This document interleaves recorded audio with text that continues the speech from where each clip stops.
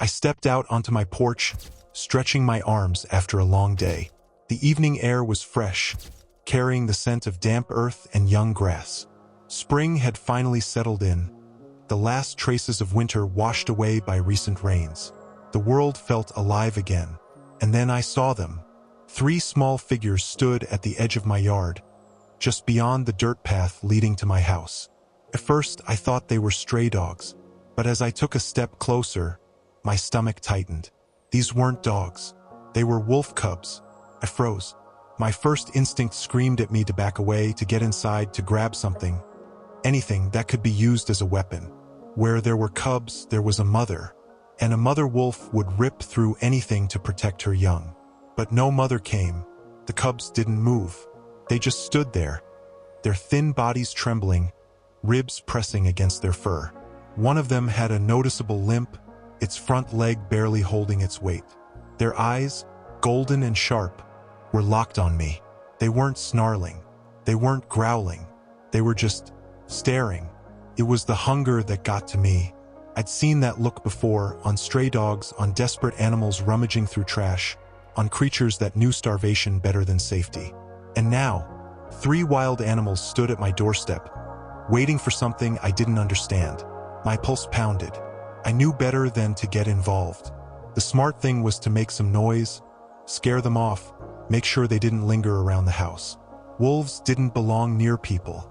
That was a hard fact, especially in this region. But as I took a step forward, intending to shoo them away, the smallest one, barely the size of a house cat, collapsed. Just like that, legs gave out. His head hit the ground. I stood there, my body tense, my mind racing. The other 2 cubs took hesitant steps back, eyes darting between me and their fallen sibling. I should have walked away. I should have left them to the wild. Instead, I knelt down. "Shit!" I muttered under my breath. The tiny body shivered as I moved closer. It was barely breathing. The other 2 cubs let out faint, high-pitched whines, their ears twitching in uncertainty. They were scared, but not of me. They were scared of losing one of their own. I had a choice. Walk away, pretend I never saw them, let nature take its course. That's what a rational person would do. That's what people around here would tell me to do. Or I could do something reckless. I sighed, rubbing a hand over my face. Then, against every survival instinct I had, I reached out and scooped up the collapsed cub. Its body was feather-light, bones pressing against my hands. The other 2 tensed but didn't run. They were waiting. "Well," I muttered, "guess I'm an idiot." I turned and walked back toward my house, cradling the half-conscious cub in my arms. Behind me, the other 2 followed. Inside, the little wolf cub barely moved. I placed it on an old towel near the fireplace, hoping the warmth would help. Its breath was shallow, body twitching slightly. The other 2 hesitated at the doorstep, ears flattened against their heads, their thin bodies shivering. They were terrified. I grabbed a bowl, filled it with water, and set it down near the sickly cub. It didn't react. The other 2, though, cautiously stepped closer, sniffing the air. They didn't trust me, but their hunger was stronger than their fear. I went to the kitchen, pulling out whatever scraps I had. Leftover chicken, some bread. It wasn't much, but it was better than nothing. I tore the chicken into small pieces and placed them on a plate before slowly setting it down in front of them. They hesitated, looking at me, at the food, then back at me. The bigger one, bolder than the other, made the first move. It took a tentative bite, eyes never leaving mine. Then all hesitation vanished. The 2 of them tore into the food, devouring it like they hadn't eaten in days. The sounds of their chewing filled the quiet room. But the smallest one still didn't move. I crouched beside it, carefully placing a hand on its ribs. It was breathing, but barely. My stomach twisted. "You gotta fight, little guy," I muttered, more to myself than to the cub. The fire crackled, filling the silence. The 2 stronger cubs finished eating and curled up near their sibling, their bodies pressing against its sides. Protective, worried. That's when the thought hit me. Where the hell was their mother? Wolves don't just abandon their young. If she was alive, she would have been near. She would have never let them get this close to a human's home. And yet, here they were, desperate and alone. I rubbed my face, trying to push away the nagging thought forming in my mind. A few days ago, some of the guys at the bar were talking about hunters combing the woods. Not just regular hunters, poachers. The kind that didn't care about laws, didn't care about limits. They shot whatever they could find, skinned what they wanted, and left the rest to rot. I clenched my jaw. If those bastards had been around, I looked at the cubs again. Was that why they were here? Had their mother been killed? Was their pack slaughtered? My hands curled into fists. I wasn't the kind of guy who went looking for trouble. But this wasn't right. If those poachers had wiped out their family, then these cubs didn't stand a chance. The fire flickered, shadows dancing across the room. I looked at the smallest cub again. It needed more than just food. If I wanted to save it, I had to act fast. I sighed, pushing myself up. "All right," I muttered. "Guess I'm in this now." I barely slept that night. Every small noise made me sit up, listening, expecting to hear the sound of something, or someone, approaching the house. The cubs stayed curled near the fireplace, their bodies pressed together for warmth. Even the weakest one, though barely moving, was still breathing. That was something. By morning, I had convinced myself that keeping them here was only temporary. I'd figure out what to do soon. I just needed time. But time wasn't on my side. I was outside, chopping some wood, when I heard it. The low rumble of an engine rolling down the dirt road leading to my property. My grip tightened on the axe handle as I turned. A dusty old pickup slowed as it neared my driveway, stopping just short of pulling in. A man sat behind the wheel, his elbow hanging out the window. He was in his late 40s, face rough and weathered, dressed in camo with a rifle rack behind his seat. The moment our eyes met, I knew this wasn't a friendly visit. He nodded toward me. "Morning. You live here alone?" I kept my expression neutral. "Yeah. Something I can help you with? Maybe. You see any wolves around here lately?" His voice was casual, but his eyes weren't. They were scanning my property, searching for something. My gut twisted. "Wolves? No, haven't seen any." He sighed, drumming his fingers on the truck door. "Some folks say there's been a pack nearby. Dangerous animals, you know. Not good to have them this close to people." I knew exactly what he was hinting at. "Haven't had any trouble." He studied me for a moment, then glanced toward the house. I forced myself to stay still, not to look back at the cubs hidden inside. "You sure about that?" he asked. "Tracks lead pretty close to here." My pulse pounded. If this guy was tracking them, it wouldn't take much for him to figure out where they'd gone. I needed to get rid of him. "Look, I don't know what to tell you. I've got work to do. So unless you need something else." He let out a dry chuckle, lifting his hands. "Relax, friend. Just checking in. Never know when a wolf might turn up where it shouldn't." He put the truck in gear, but before he drove off, he gave me one last look. "If you see anything, best thing to do is shoot. Wolves don't belong around here." I didn't answer. I just watched as he pulled away, the truck disappearing down the road. Only after the sound of the engine faded did I exhale. My hands were shaking. I turned and hurried inside. The cubs were still there, unaware of how close they'd come to being discovered. I ran a hand through my hair. This wasn't just about keeping them alive anymore. If someone found out, I'd be in trouble too. And if that guy came back, I wasn't sure I'd be able to lie twice. The night was too quiet. That kind of quiet that made my skin crawl. I lay awake, staring at the ceiling, listening. The fire had burned down to embers, casting faint flickers of light across the room. The cubs were curled up near the warmth, their small bodies rising and falling with each breath. Then it happened. A long, drawn-out whimper, followed by another, and then a sound that sent a chill down my spine. One of them let out a weak, high-pitched howl. "Shit!" I muttered under my breath. Another whimper.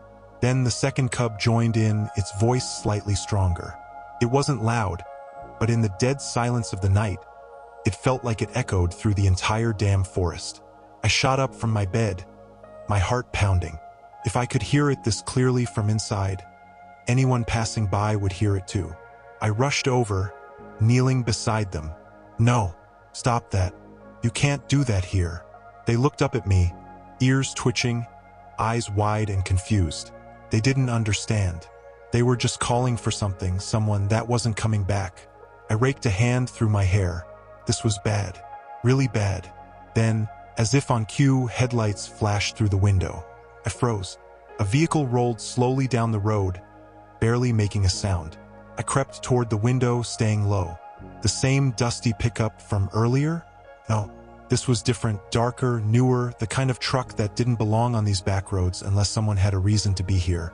I held my breath as it crawled past my driveway. It didn't stop, but it moved slow enough to make my stomach twist into knots. Someone was looking. Someone was checking. The second it was gone, I turned back to the cubs. I didn't have a choice anymore. I needed to get them out of here. I grabbed an old blanket and wrapped the weakest one, cradling it against my chest. The other two hesitated but stuck close as I led them to the back door. Stepping outside, the cold air slapped me in the face. The woods stretched out behind my house, dark and uninviting. No time to think. No time to second-guess. I moved fast, my boots crunching against damp leaves as I slipped into the trees. The cubs followed, their small paws making almost no sound. Every few steps, I looked back, half expecting to see headlights swinging onto my property. Men with rifles stepping out, demanding to know what I was doing. Nothing yet, but I wasn't stupid enough to believe I was safe. Branches scratched at my arms as I pressed deeper into the forest. The cubs stuck close, but I could hear their breathing, sharp and fast. They were scared. So was I. Then, a realization slammed into me. If they caught me out here with 3 wolf cubs, I wasn't just some guy trying to help animals. I was a poacher in their eyes, and poachers didn't get warnings. They got hunted. I pushed deeper into the woods, my breath coming fast, heart pounding like a drum. The cubs followed close, their small bodies brushing against my legs as if they were afraid I'd disappear. I didn't blame them. The farther we went, the darker the trees became, swallowing the moonlight, turning the forest into an endless maze of shadows. I needed to find a safe spot, somewhere away from any trails, away from hunters, somewhere they could stay hidden. After what felt like forever, I stopped near a thick patch of underbrush. The cubs hesitated, their golden eyes flicking between me and the darkness ahead. They knew this place wasn't home. They knew something was wrong. "This is it," I murmured, kneeling to set down the weakest one. It barely moved, but at least it was still breathing. The other two pressed close together, ears twitching at every sound. They didn't want to be here. I exhaled, rubbing a hand over my face. "You'll be fine. You have to be."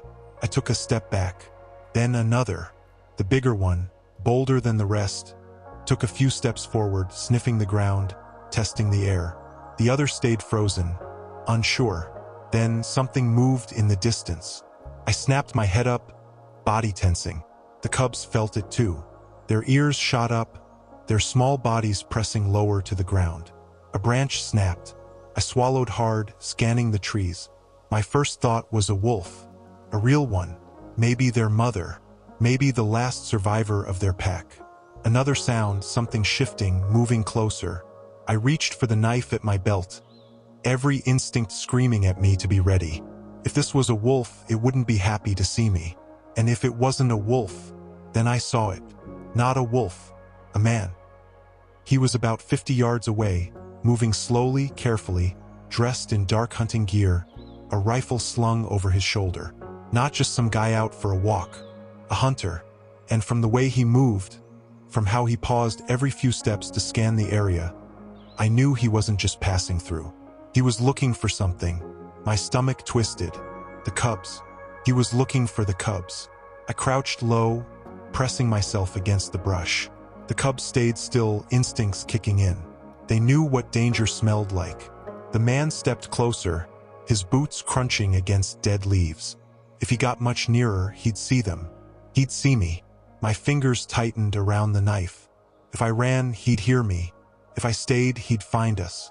And if I let him get any closer, I didn't know what I was going to do, but I knew one thing for damn sure. I wasn't letting him take them. The hunter stopped. His head turned slightly, eyes scanning the undergrowth. He knew something was here.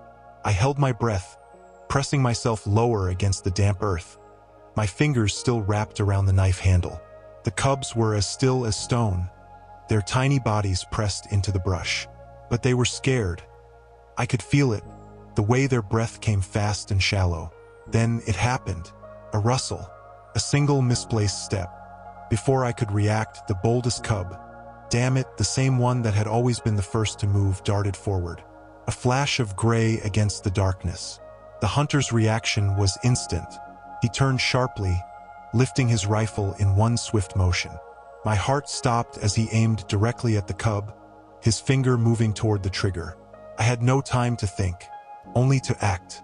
Without hesitation, I lunged forward, snapping a thick branch under my foot as I moved.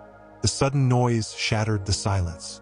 The hunter jerked his head toward me, momentarily distracted. It was enough. The cub disappeared into the undergrowth, vanishing like smoke. I wasn't so lucky. The hunter's gaze locked onto me, his expression shifting from confusion to something darker. His hands tightened on the rifle. "What the hell are you doing out here?" His voice was sharp, edged with suspicion. My mind raced. Say I was hiking, say I got lost. But none of that would explain why I was crouched in the bushes like some kind of animal. I straightened up slowly, keeping my hands visible. "Just out for a walk." "A walk?" he scoffed, stepping closer. "In the middle of the night? In the middle of nowhere?" I forced a casual shrug. "Could ask you the same thing."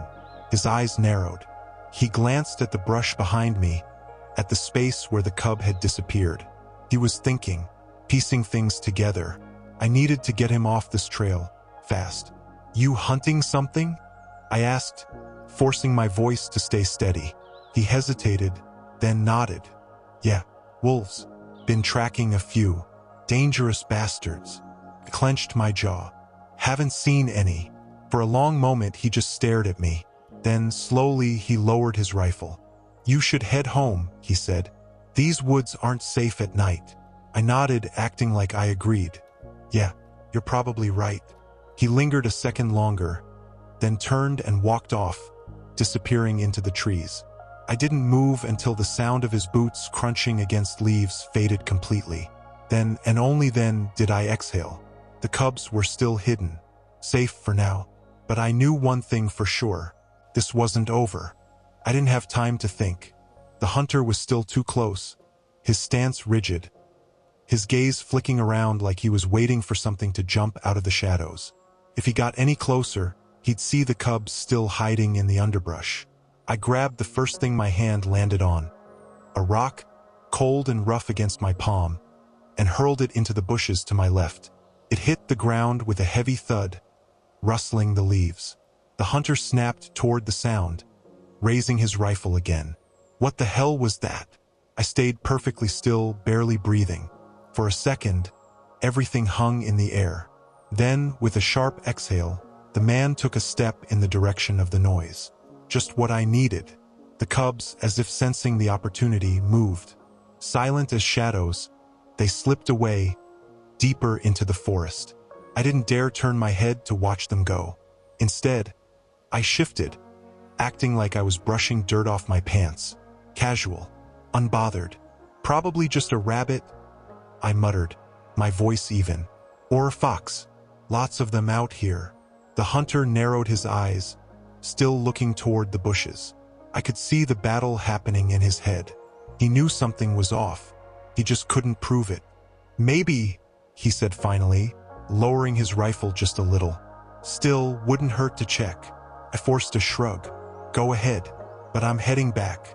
Don't need to get shot because someone's jumpy in the dark." That seemed to do it. The man snorted, shaking his head. "Suit yourself. Just don't come crying if a wolf finds you first." I didn't answer. I just turned and walked away, forcing myself not to rush. One step at a time, steady and controlled. The moment I was out of his line of sight, I let out a shaky breath. The cubs were gone. Safe? Maybe, but alone. The weight in my chest grew heavier with every step toward home. Had I done the right thing? Leaving them out here, was that survival or a death sentence? They were wild animals, sure, but they were just cubs. Without their mother, without a pack. I shook my head. No, I couldn't think like that. They had a better chance out there than with a bullet in them. And staying with me wasn't an option. I had to believe they'd figure it out. By the time I reached my house, exhaustion had set in. I barely made it inside before collapsing into a chair, my mind replaying the night's events. The hunter, the cubs, the narrow escape. It all felt unreal.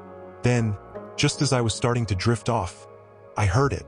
A howl, distant but clear. My eyes snapped open. Another followed, this one softer, like an echo. My heart clenched. They were still out there, and they weren't alone. A month had passed. The forest looked different now.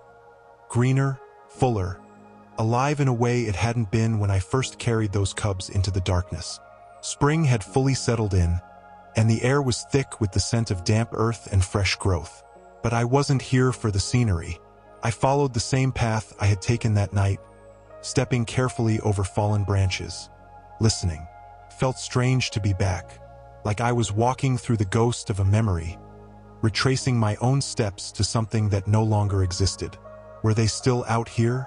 I had no reason to come looking, no logical excuse, but I had to know, had to see for myself. Signs of life were everywhere. Tracks in the mud, snapped twigs, the faintest impression of something having passed through. Most of it belonged to deer, maybe a stray fox or two. But some of those prints. I crouched down, running my fingers over a set of tracks. Smaller than a full-grown wolf, but larger than they had been the last time I saw them. My heart kicked against my ribs. They had survived, at least for a while. I stood and kept moving. The deeper I went, the stronger the feeling grew, like I was being watched. It wasn't fear. It wasn't paranoia, just an understanding, presence. Then I saw it. Near the base of an old pine tree, claw marks ran along the bark. Fresh ones. A message? A warning? Or just a wolf being a wolf? I wasn't sure. I took a step closer, reaching out to touch the grooves. The second my fingers met the rough wood, a rustle sounded behind me. My breath caught. Slowly I turned. Nothing. The forest was still. Silent. I exhaled and shook my head. Maybe I was chasing ghosts. Maybe I wanted answers that didn't exist. Or maybe I took one last look at the marks, then turned back toward home. As I walked, something flickered at the edge of my vision. A shape low to the ground, moving between the trees. I stopped, stared. It was gone. A trick of the light? My mind playing games? Or had something or someone been there just for a second? I didn't know, and maybe I never would. But as I stepped out of the trees and back toward the road, I swore I heard something. A soft, distant howl, carried by the wind. I smiled. Maybe that was all the answer I needed.